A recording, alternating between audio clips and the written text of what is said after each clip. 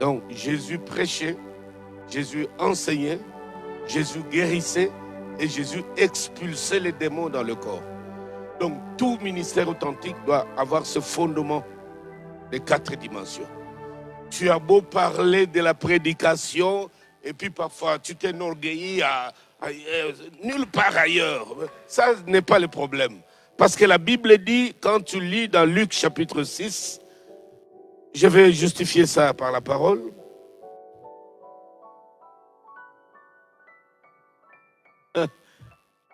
Luc chapitre 6, versets 17 à 19. Rapidement. Il descendit avec eux et s'arrêta sur un plateau où se trouvait une foule de ses disciples et une multitude de peuples de toute la Judée, de Jérusalem et de la contrée maritime de Tyr et de Sidon. Ils étaient venus pour l'entendre et pour être guéris de leur maladie. Ils étaient venus pour l'entendre. Écoutez ce qu'il avait comme enseignement, comme message. Et les choses ne s'arrêtaient pas là. Ils étaient aussi venus pour voir comment la parole de Christ prenait la forme de solution de leurs maladies et de leurs problèmes. Ils étaient venus pour l'entendre et pour être guéris. Et voici la suite. Ceux qui étaient tourmentés par des esprits impurs étaient guéris. Continue. Et toute la foule cherchait à le toucher parce qu'une force sortait de lui et les guérissait tous. Il dit, la foule s'est pressée pour le toucher parce qu'une force sortait de lui. Que Dieu nous donne des prédicateurs qui dégagent cette force aujourd'hui. Une force surnaturelle. Quand un homme parle, on sent une force sortir qui soit capable de guérir, de transformer l'auditoire en plein culte. Afin que celui qui vient d'arriver même aujourd'hui, il se dise que Dieu est en ce lieu. C'est pas seulement la parole, tout le monde en parle. Parfois nous exhortons. La parole pleine de philosophie. Ça, on n'a même pas besoin d'être pasteur. Tu peux être un philosophe, un bon discoureur, un éducateur de masse. Ça, tu n'as pas besoin d'être pasteur. Mais quand nous rentrons dans les sacerdoces, il y a ces 4 dimensions. C'est ce que notre bien-aimé de Mexique, à des milliers de kilomètres, Dieu lui a apporté la lumière de comprendre la révélation de ces choses. Il venait, il y a l'enseignement, la prédication, la guérison et la délivrance. Ce sont des 4 choses. Et par la grâce de Dieu, c'est ce qui se passe pendant nos cultes live. Amen. Et il y a notre bien-aimé de la Côte d'Ivoire. Là, on a senti son cœur parler. Elle était même en train de regretter toutes les années passées dans l'ignorance. Elle a dit, on nous enseignait qu'un chrétien ne peut pas être possédé. Quand on a son baptême, c'est fini. Là, maintenant, c'est fini. Mais elle dit, mais nous vivons autre chose. On se bat dans la vie, mais on sent qu'on ne progresse pas, on n'évolue pas. Aujourd'hui, par les enseignements de l'apôtre Paul, nous avons fini par comprendre que le problème, c'était les problèmes des liens, les problèmes des blocages, les problèmes des mauvais esprits. Et elle regrette toutes les années passées dans l'ignorance, homme de Dieu. Et ce n'est pas seulement son cas, il y a tellement de cas comme ça. Le dimanche, je vais vous ouvrir un peu cette boîte-là. Parce que le diable a multiplié beaucoup de ses serviteurs qui se sont infiltrés dans l'espace sacerdotal, qui désarment les chrétiens, alors que nous avons les armes. La Bible dit, quand tu lis Ephésiens 6, je crois à partir du verset 10 et 11, l'apôtre Paul dit, nous n'avons pas à lutter. Le nous là, c'est qui? C'est nous les chrétiens. Il dit, mais nous avons à lutter contre les principautés, les dominants. Qui ont à lutter? C'est nous. Il ne parle pas aux païens. Il s'adresse aux chrétiens, aux rachetés, pour qu'ils se servent de leurs armes contre cette hiérarchie diabolique des principautés des autres. Vous savez, vous pouvez même poser la question à un prédicateur. Pasteur, Éphésiens ici parle d'une succession de choses que je ne comprends pas. Est-ce que tu peux m'expliquer les principautés, qui sont-ils? Les dominations, qui sont-ils? Les esprits méchants dans les lieux. Tu vas voir comment il va balbutier. Les mêmes partisans d'un chrétien ne peut pas être possédé là. Si tu entends une telle doctrine, suis bien même la vie de ce prédicateur. Il a des soucis spirituels dans sa carrière. Il a des problèmes sociaux dans sa vie. Il a des problèmes même dans son ministère, même dans sa propre famille. Alors qu'il a besoin d'une délivrance, le diable l'a voilé. Il continue à témoigner des choses, mais la vérité est têtue. Il est en train de vivre les contraires de ce qu'il dit. C'est pour cela que nous avons reçu le mandat de la part du Seigneur de ne pas retenir la vérité captive. On doit la libérer. Et c'est ce que nous faisons par la grâce de Dieu. Nous acclamons le Seigneur Jésus-Christ bien-aimé. Nous acclamons ce Dieu véritable. Nos bien-aimés, vous qui avez posé des questions à l'apôtre Paul, vous allez nous excuser par rapport au temps. Nous allons passer directement dans le vif du sujet. Surtout à notre bien-aimé Paul Catan, on vous avait promis que l'homme de Dieu répondrait à votre question aujourd'hui. Mais le temps nous fait défaut. Il faut que nous passions directement au vif du sujet. Homme de Dieu, vous avez la parole. J'ai quelques minutes. Juste, sois un peu patient. Donne-moi juste quelques minutes. J'ai préparé un peu quelque chose d'assez rapide pour ta nourriture. Alors, je vais parler des choses très importantes, mais dans un peu de temps, dans un court instant. Je veux que nous retrouvions notre texte des Actes 12. Acte 12. Merci. Merci. Acte 12, verset 6.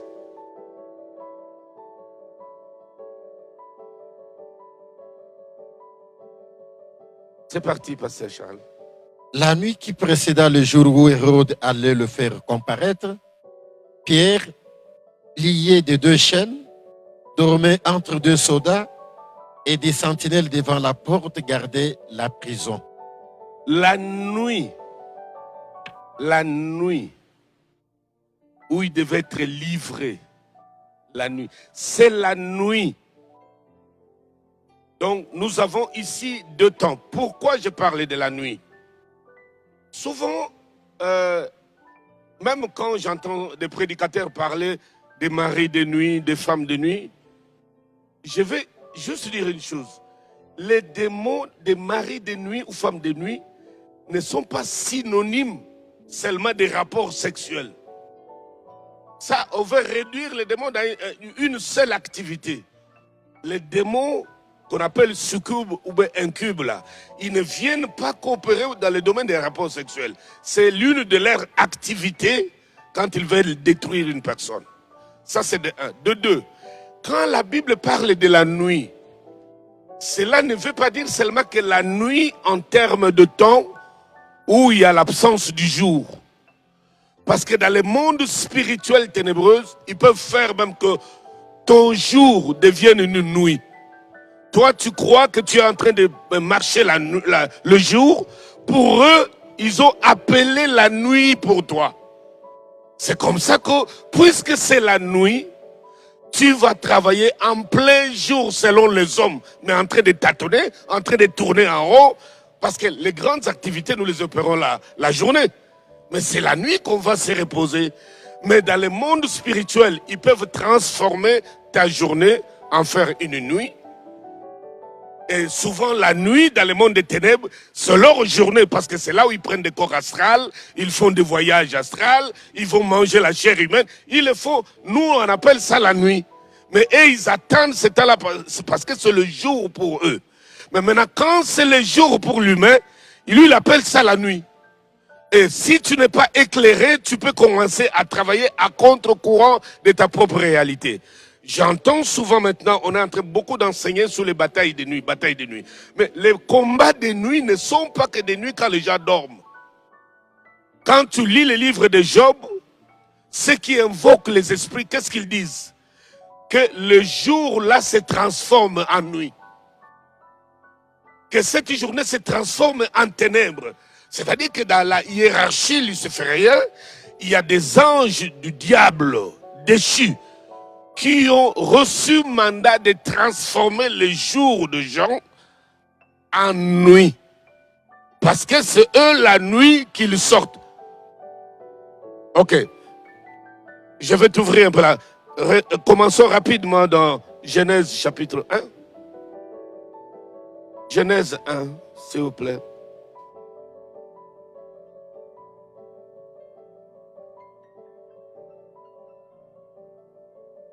J'expliquerai cette histoire-là de femme de nuit, mari de nuit, nuit.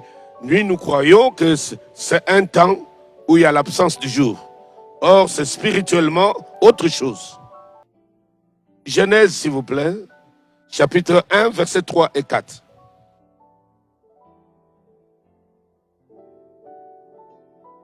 Nous lisons la parole. Dieu dit que la lumière soit et la lumière fut. Ok. D'abord, la première des choses, je vais remonter un peu pour situer certains qui me suivent un peu partout dans le monde. Je vais remonter. Dieu dit que la lumière soit. Mais quand tu remontes un peu dessus, la Bible dit, au commencement, la terre était informe et vide. J'avais expliqué il y a 2 semaines, pendant nos cultes live, que le verset 1 nous brosse les tableaux de la période qu'on appelle la période pré-adamique. Donc, avant qu'Adam ne soit créé. Cette période-là est appelée la période pré-adamique. Parce qu'il y a eu une bataille dans le ciel. Et que le diable a été précipité avec ses hordes. La force, la puissance. Parce que le Seigneur n'a pas retiré la gloire qu'il avait donnée à Satan. Parce que Dieu ne se répand pas de ses dons. Il a laissé Lucifer avec sa gloire et sa force-là. Quand il y a eu une bataille dans le ciel, la Bible dit qu'il y a eu guerre. Or, quand on parle de guerre, on sort des armes conventionnelles et non conventionnelles pour la guerre. Or, ces armes-là étaient spirituelles. Alors, après, quand Michael est intervenu pour mettre fin à la récréation, le diable a été précipité avec ses hordes. C'est ce qui a créé cette situation de pré-adamique, de chaos. La terre est devenue informe et vide. Mais la Bible dit, l'Esprit de Dieu se mouvait sur les eaux. Donc, je veux que l'Esprit de Dieu en toi se mouve, qu'il ne soit pas statique. Tu dois être en mouvement, tu dois bouger, parce que l'Esprit de Dieu n'est pas coincé, on ne peut pas le mettre dans un cage. Oh, Dieu est Elohim, il est El Shaddai, El Jibor, El Elyon, il est Jéhovah Shevaot. Donc, il est en train de mouvoir, chaque fois se présente un besoin. Alors, c'est comme ça qu'il dit, maintenant il faut que je mette de l'ordre. Mais quand il a précipité Lucifer, il était déjà là. Qu'est-ce que, quand nous lisons Ézéchiel 28, j'ai donné la fois passée, tu vas lire, mais je pense que le dimanche, à cause des perturbations qu'on a reçues, je vais y aller méthodiquement, structurellement, jusqu'à ce que tu reçoives l'onction et les messages de Dieu par rapport à cette période de grande retraite. Mais Lucifer a été précipité avec beaucoup de... Parce qu'à la fois, il jouait les rôles, plusieurs rôles. Il mobilisait le ciel pour, en matière d'adoration. C'est lui qui donnait le ton. Chaque fois que Dieu s'est révélé, s'est manifesté, ceux qui jetaient leur couronne, ceux qui l'adoraient, les séraphins qui ont 6 ailes, qui battaient les mains, mais lui mobilisait toutes les... Il dit, voilà comment Elohim s'est manifesté, adorons-le, louons-le. Alors il composait les chants systématiquement. La gloire qu'il avait. Je veux qu'on lise rapidement. Rapidement, on va retourner là-bas. Ézéchiel 28, verset 2.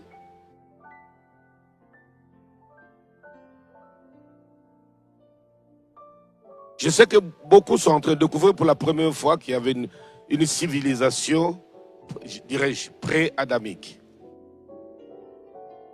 Ézéchiel 28. Merci de lire rapidement. Fils de l'homme, dis au prince de Tyr, ainsi parle le Seigneur l'Éternel. Ton cœur s'est élevé et tu as dit, je suis Dieu. Je suis assis sur le siège de Dieu au sein des mers. Toi, tu es homme et non Dieu. Et Attends, tu remontes un peu au-dessus. Tu as quel verset là? Lui, c'est bon. Chapitre 28. Oui. Ok? Oui. Verset 12. Voilà. Fils de l'homme, prononce une complainte sur le roi de Tyr. Tu lui diras, ainsi parle l'Éternel, le Seigneur. Tu mettais les sceaux à la perfection. Tu mettais un sceau à la perfection. N'oublions pas, la Bible dit toutes les œuvres de Dieu sont parfaites. Et ça, dans le ciel de Dieu, Dieu ne faisait que surprendre parce que nous irons au ciel. Mais là-bas au ciel, je vous assure, personne ne va s'ennuyer. Et nous resterons éternellement. On ne verra pas les mêmes choses comme sur la terre. Donc Dieu va continuer de nous surprendre. Nous verrons des choses qu'on n'a jamais vues. C'est comme ça qu'il nous encourage ici sur la terre. Invoque-moi, je t'annoncerai des choses cachées que tu ne... Donc on n'a pas encore vu. On n'a encore rien vu. On ne connaît pas encore tout. On n'a pas encore fait des expériences qu'il fallait faire. C'est pour cela qu'il est très dangereux de croire être arrivé. Il y a encore des choses cachées. Moi, je me bats pour découvrir ces choses au fur et à mesure, parce que elles m'appartiennent. Jusqu'au jour de l'enlèvement, j'attendrai les choses les meilleures. Alors, le Seigneur surprend les êtres célestes. Dès qu'il fait quelque chose, on voit la perfection. C'est Lucifer qui va mettre les sceaux à cette perfection divine, mais dans les lieux célestes. Et ça, la Bible est en train de nous dépeindre le rôle et qui il était et qu'est-ce qu'il faisait. Continue. Tu étais plein de sagesse, parfait en beauté. Tu étais en Éden, le jardin de Dieu. Tu étais couvert de toute espèce de pierre en Éden. Voilà. Wow. Il était en Éden. Tu remontes un peu au-dessus. Tu étais plein de sagesse, parfait en beauté. Parfait en beauté. C'est pour cela quand Christ est venu au monde, il a pris une autre forme. La Bible dit il n'avait rien d'attirant. Alléluia. Il était, Alléluia. je dirais, le contraire, l'antithèse de ce qu'était l'autre. Alléluia. Mais lui, il s'est fait laid. Mais tous ses serviteurs sont présentables. Ne vous en faites pas.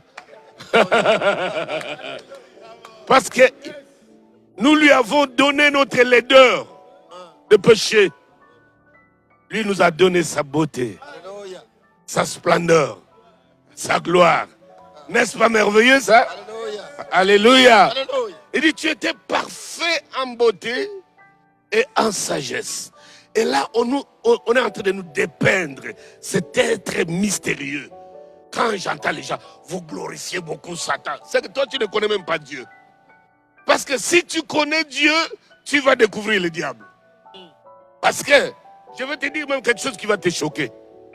Toi, tu dis, moi, je ne veux pas glorifier le Seigneur sous la chair. Je ne parle que du Seigneur, pas du diable. Si je te disais que le diable va de temps en temps devant le Seigneur. Mais qui demandait Pierre? Il se voyait où? Qui allait devant Job? Où est-ce qu'ils se rencontraient?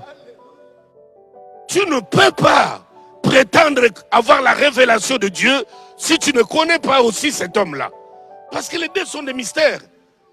Il y a le mystère d'iniquité, il y a aussi le mystère de Christ en nous, l'espérance de la gloire. Tu dois avoir la maîtrise de deux. Et la Bible nous dépeint ces messieurs. Il dit, il était le sommet de la perfection. Quand Dieu opère des choses, il surprend le ciel. Lui venait pour dire Amen. Il mettait un sceau. Donc pour attester que ce que Dieu a fait, il n'y a rien qu'on doit corriger. C'est parfait. Continue, pasteur. Il était dans Éden. Tu étais en Éden, le jardin de Dieu. Tu étais couvert de toute espèce de pierres précieuses, de sardoines, de topazes. Il était couvert de toute espèce de pierres précieuses. Les pierres qui sont rares. C'est-à-dire, quand nous voyons la liste de ces pierres-là, nous comprenons qu'il jouait aussi le rôle de sacrificateur. Wow. Wow. Parce que toutes ces... Conte-nous un peu ces pierres-là.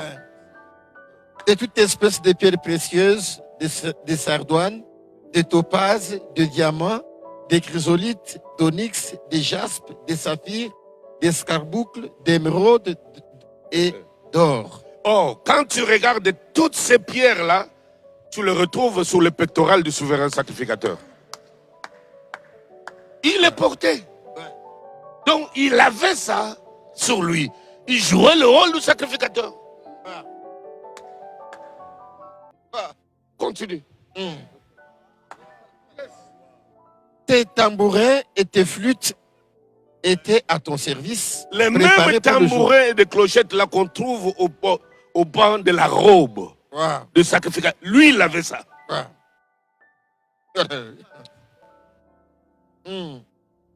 Était à ton service, préparé pour le jour où tu fus créé. C'est-à-dire qu'avant même qu'il soit créé, Dieu avait déjà préparé. Parce que qu'est-ce que le Seigneur fait? Ça, c'est que chaque enfant de Dieu doit retenir. Donc, Dieu prépare d'abord les choses avant de créer. Il prépare. C'est comme ça qu'il a créé d'abord les choses avant que l'être humain ne vienne. Et il a préparé ces choses avant que Lucifer ne vienne entrer dedans. Alors, quand il a été précipité, quand tu liras les textes, je veux qu'on arrête d'abord là-bas, je vais continuer après pour le temps. Quand il a été précipité avec ses ordres. J'avais dit ceci, que si le diable a su convaincre un tiers d'anges dans le ciel, c'est qu'il avait un message. Il avait un discours. Il avait une parole qui a convaincu les anges dans le ciel qui n'avaient jamais connu un péché. Il vient avec un discours et les anges le croient là-bas au ciel. Qu'est-ce qu'il leur avait dit?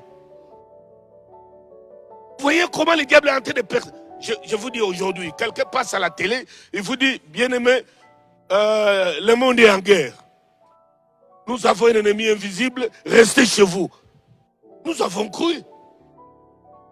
On est tous restés à la maison confinés.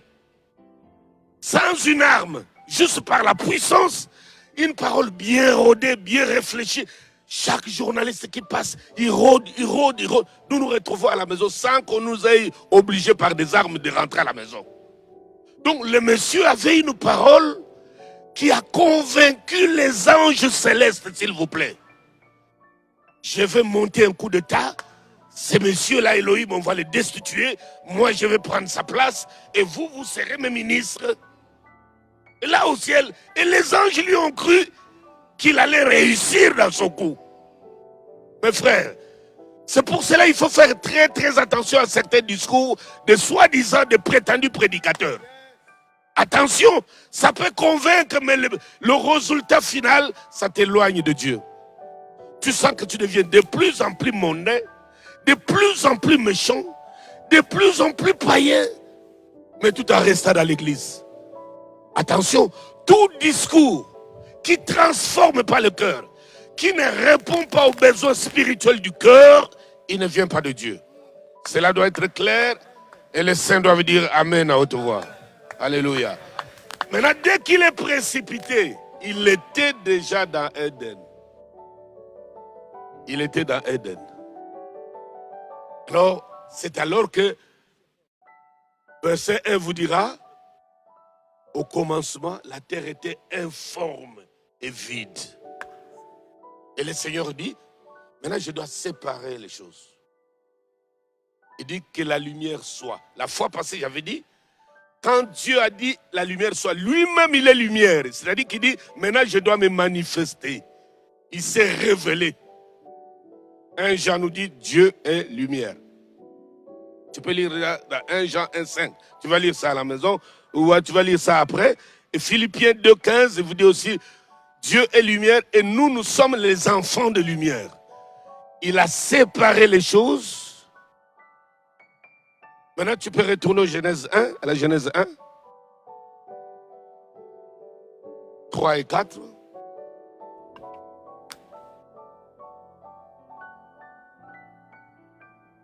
Dieu dit que la lumière soit et la lumière fut. Dieu vit que la lumière était bonne et Dieu sépara la lumière d'avec les ténèbres. Dieu appela la lumière jour et il appela les ténèbres nuit. Ok. Dieu sépara la lumière d'avec les ténèbres. Vous vous rendez compte que les ténèbres sont au pluriel, mais la lumière est au singulier. Parce que la lumière, c'est une personne. Les ténèbres, c'est un conglomérat des esprits des ténèbres. On les a appelés ténèbres. C'est comme ça que nous parlons du royaume des ténèbres. Nous ne parlons pas du royaume des nuits, mais royaume des ténèbres. Et puis, le royaume des lumières. Maintenant, dès que Dieu sépare, il appelle nuit, ténèbres, il appelle jour, lumière. Il y a énormément de mystères là-dedans. Parce que si c'est Dieu qui parle, donc il cache des mystères qu'il faut révéler dedans. S'il parle de lumière et de ténèbres, ça veut vouloir ça que ça veut vouloir dire. Maintenant, je vais aller rapidement pour atterrir dans mon sujet de ce soir pour que je termine. Verset 3, chapitre 3, pardon. Genèse 3, versets 1 et 2. Le serpent était le plus rusé de tous les animaux des champs que l'Éternel Dieu avait fait. Il dit à la femme, Dieu a-t-il réellement dit, vous ne mangerez pas de tous les arbres du jardin? Ok. J'avais dit tout à l'heure que Dieu a créé des choses, il a précédé les choses avant que Lucifer ne soit créé dans les ciels. Et Dieu, avant de créer l'homme, il a d'abord créé son ADN. C'est cet ADN-là et ces chromosomes dans lequel il a mis des informations célestes. C'est comme ça que quand il a dit « faisons l'homme », qu'il soit à notre image et à notre ressemblance, c'est-à-dire que nous avons déjà préparé l'ADN. Nous savons à quoi cette créature ressemblera. Elle sera comme nous. C'est-à-dire, elle aura deux possibilités, cette créature. De maîtriser les éléments de la terre, ça c'est de 1. La voie lactée, les lois de la pesanteur, les créatures. Et puis la deuxième possibilité, c'est la ressemblance. Donc, on pourra converser avec lui sans transition. Il peut nous voir, et nous pouvons le voir. Il peut nous parler sans problème. Ok. Le diable est déjà dans l'Éden. Déterminé, dès qu'il apprend qu'on va créer l'homme à l'image et à la ressemblance, le diable sait. Peut-être que toi, chrétien, toi, prédicateur, tu ne sais pas ce que cela veut dire, être l'image et la ressemblance. Mais le diable le savait. Il savait que si cette masse de terre, cette argile, reçoit l'ADN divin, c'est fini pour moi. Alors, c'est comme ça que la Bible appelle Adam. Le diable a commencé maintenant à chercher en quoi est-ce que je peux m'incarner pour saper ses plans amour.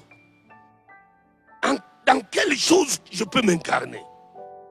Il a regardé dans toutes les bêtes, dans tous les animaux. Il n'y avait aucune disposition, pour ne pas dire aucune prédisposition de cœur qui lui ouvre une brèche pour qu'il s'incarne. Mais il a trouvé dans les serpents de bonnes dispositions. Il est rentré dedans. Cela veut dire qu'il y a des gens qui sont prédisposés à être envoûtés ou que le diable peut entrer en eux. Il y a aussi d'autres qui sont prédisposés. Le diable les regarde et dit, je ne peux pas m'incarner à lui. Il demande à un démon ou plusieurs d'entrer à lui. Il fait ce travail là-bas en lui. Mais il peut regarder l'autre comme Judas, comme Caïn. Il peut facile parce qu'ils sont prédisposés. C'est pourquoi au sujet de Caïn, l'Épître te dit, ne vous comportez pas comme Caïn qui était du malin. Il avait déjà des prédispositions dans le cœur pour incarner un mystère d'iniquité à lui. Donc, Jézabel, par exemple, Judas, Antichrist, donc sont des démons humains Donc, dans lequel le diable vient entrer pour s'incarner, pour jouer un rôle. Il a regardé dans tous les animaux, dans toutes les bêtes de la créature. Il regarde le lion. Il leur dit, non, moi, je suis de la tribu de Juda. Va chercher quelqu'un d'autre. Il regarde l'aigle. L'aigle dit, non, moi, c'est les hauteurs. Alors, il vient regarder le serpent. La Bible dit, il était rusé. C'est-à-dire qu'il avait déjà en lui les instincts, des prédispositions, des choses qui pouvaient attirer le diable vers lui.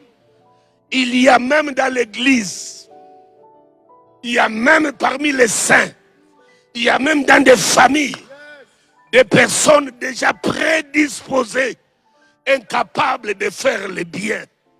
Il peut même être dans l'église. Les autres vous diront clairement, moi en tout cas, je ne peux pas abandonner ça. C'est à prendre ou à laisser. Donc, à cause de son cœur qui est disposé à avoir une autre sémence et à jouer le rôle de quelqu'un d'autre plutôt que Dieu. Et le diable s'est incarné. Il est rentré dans le serpent. Maintenant, il s'est dit, maintenant que je suis rentré dans l'une des créatures, je dois chercher comment frapper. Dès qu'il regarde Adam, il voit Adam, l'image et la ressemblance. Il dit non, ça, si j'ose affronter là-bas, ça sera fini pour moi. Parce que Adam était Christ manifesté en chair. Qu'est-ce que Colossiens 1,15 te dit? Il dit Jésus-Christ est l'image visible. Donc Adam corps, c'est pourquoi on l'appelle le second Adam.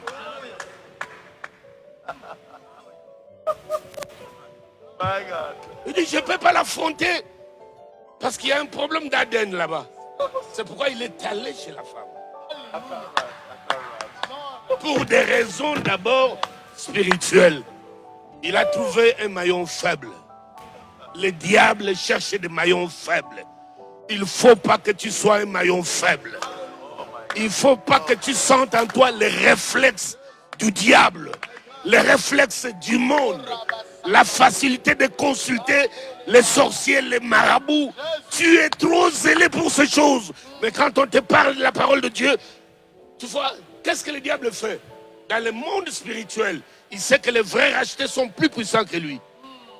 Maintenant, qu'est-ce qu'il fait?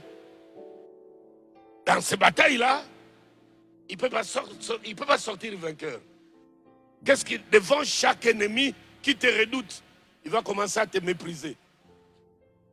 Ah, vous les gens qui allez prier, qu'est-ce que vous avez? Vous êtes des pauvres. Qu'est-ce que vous avez? Qu'est-ce que moi je viens de faire là-bas? Vos pasteurs là, et pourtant spirituellement, il sait que quand ces gens lèvent leurs mains, lui, il ne saura pas prendre le corps astral, décoller la nuit pour aller manger la chair humaine.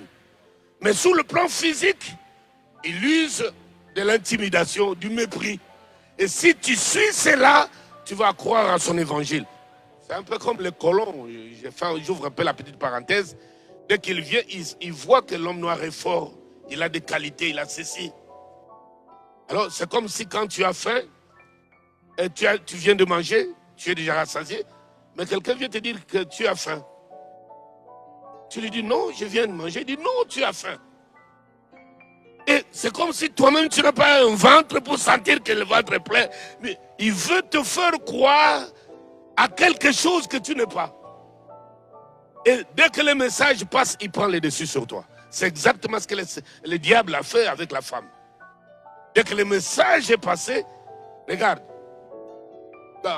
à l'université, un peu partout, comment on commence? On commence par des hypothèses.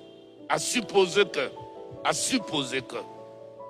D'ailleurs, certains, je ne sais pas si on continue à apprendre ça aujourd'hui dans les humanités, les fausses suppositions. À supposer, il commence par une question. Maintenant, il regarde comment tu vas réagir à la question. C'est exactement ce que Lucifer a fait. Il n'a pas dit tout de suite, en parlant à la femme, il dit, est-ce que Dieu a dit? Il commence par une hypothèse. Dès qu'il voit la réaction de la femme, il dit alors, ça, il n'y a rien ici. Je sais comment jouer avec. C'est pour cela, quand Dieu est venu Il est venu d'abord s'incarner dans Adam, le second Adam, pour sauver aussi Ève. C'est l'Église. Il devait récupérer les deux pour que l'homme et la femme, bras dessus, ils retournent dans les jardins parce que Lucifer était dedans. Il doit quitter les jardins.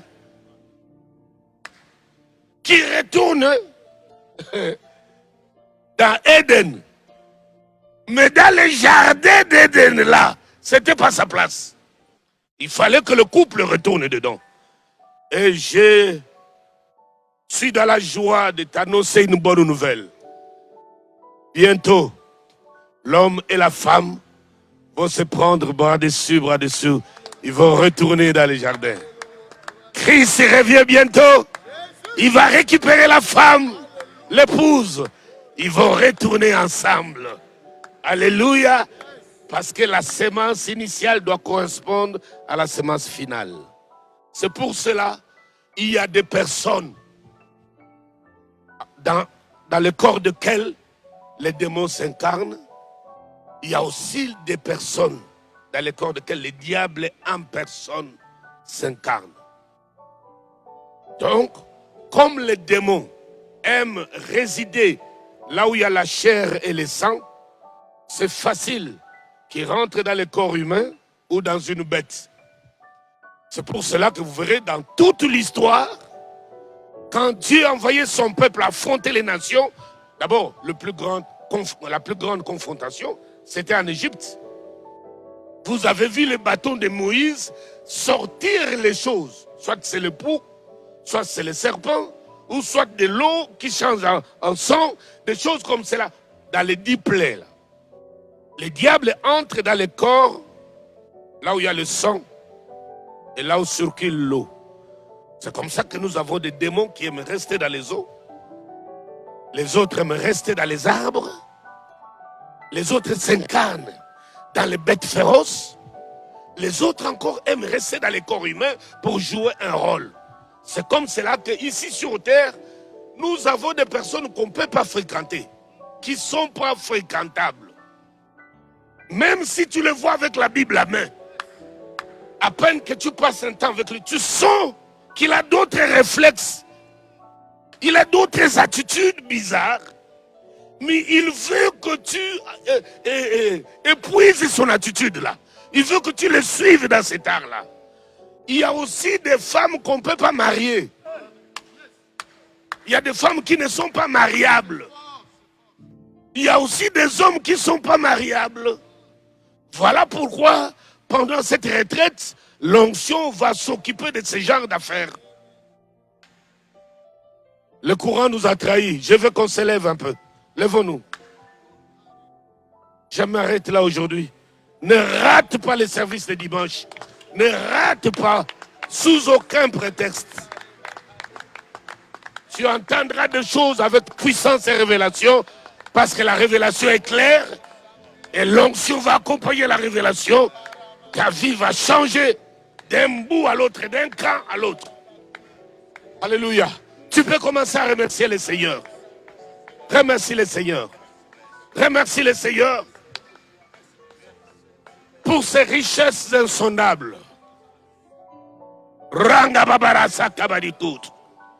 Pour ses sagesses infiniment variées.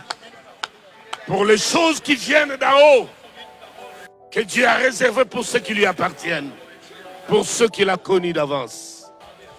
Remercie-le, remercie-le, remercie-le, remercie-le. Alléluia. Alléluia. Woo! Woo!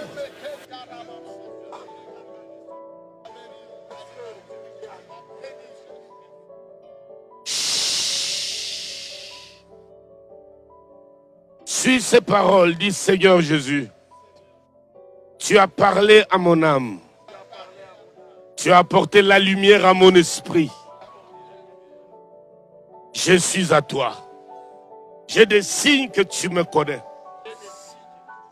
Pareille chose, tu as attendu seulement ce temps-ci pour me les donner. Je te dis merci. Je te dis merci.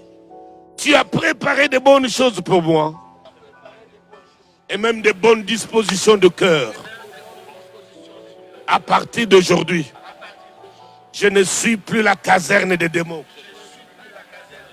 Mon cœur n'aura plus de dispositions de personnes qui doivent être envoûtées. Mauvais réflexes, mauvaise attitude, mauvais entendement, mauvaise réaction venant de l'enfer. Je vous ordonne de quitter mon corps. Sortez, allez-vous-en. Sortez, allez-vous-en. Retournez à votre maître. Au nom puissant de Jésus, il n'y ait plus de traces du diable à moi. Je le refuse. Je le refuse. Et je le déclare. Je le refuse. Toutes les choses des ténèbres, les préparatifs spirituels, aux envoûtements, aux possessions, aux compromissions spirituelles, je les lis et je les ordonne. Quittez mon corps, quittez mon âme, quittez mon esprit, quittez mon battement cardiaque, quittez mon cerveau, libérez mes raisonnements. Allez-vous-en, allez-vous-en, au nom puissant de Jésus. Tout ange de Lucifer qui s'est caché quelque part dans mon corps, dans mon ventre, dans ma poitrine, dans mon visage, dans mes langages, dans mes oreilles, que le feu vous consume. Brûlez, sortez, brûlez, sortez, brûlez, brûlez, brûlez, sortez, allez-vous-en, allez-vous-en, allez-vous-en, allez-vous-en, allez-vous-en, allez-vous-en, allez-vous-en, quittez le corps, quittez le corps. Ils partent, ils quittent, ils partent, ils quittent, ils partent, de partout, à l'instant même. L'onction se libère pour contraindre les démons de quitter le corps. La puissance se libère. Elle te touche. La puissance te traverse. Tous les réflexes des enfants du diable. Toutes les mentalités des fils de la rébellion. Pliez bagages. Sortez, allez-vous-en. Quittez le corps. Quittez vite. Écoutez ma voix. Je vous ordonne de quitter le corps au nom puissant de Jésus de Nazareth.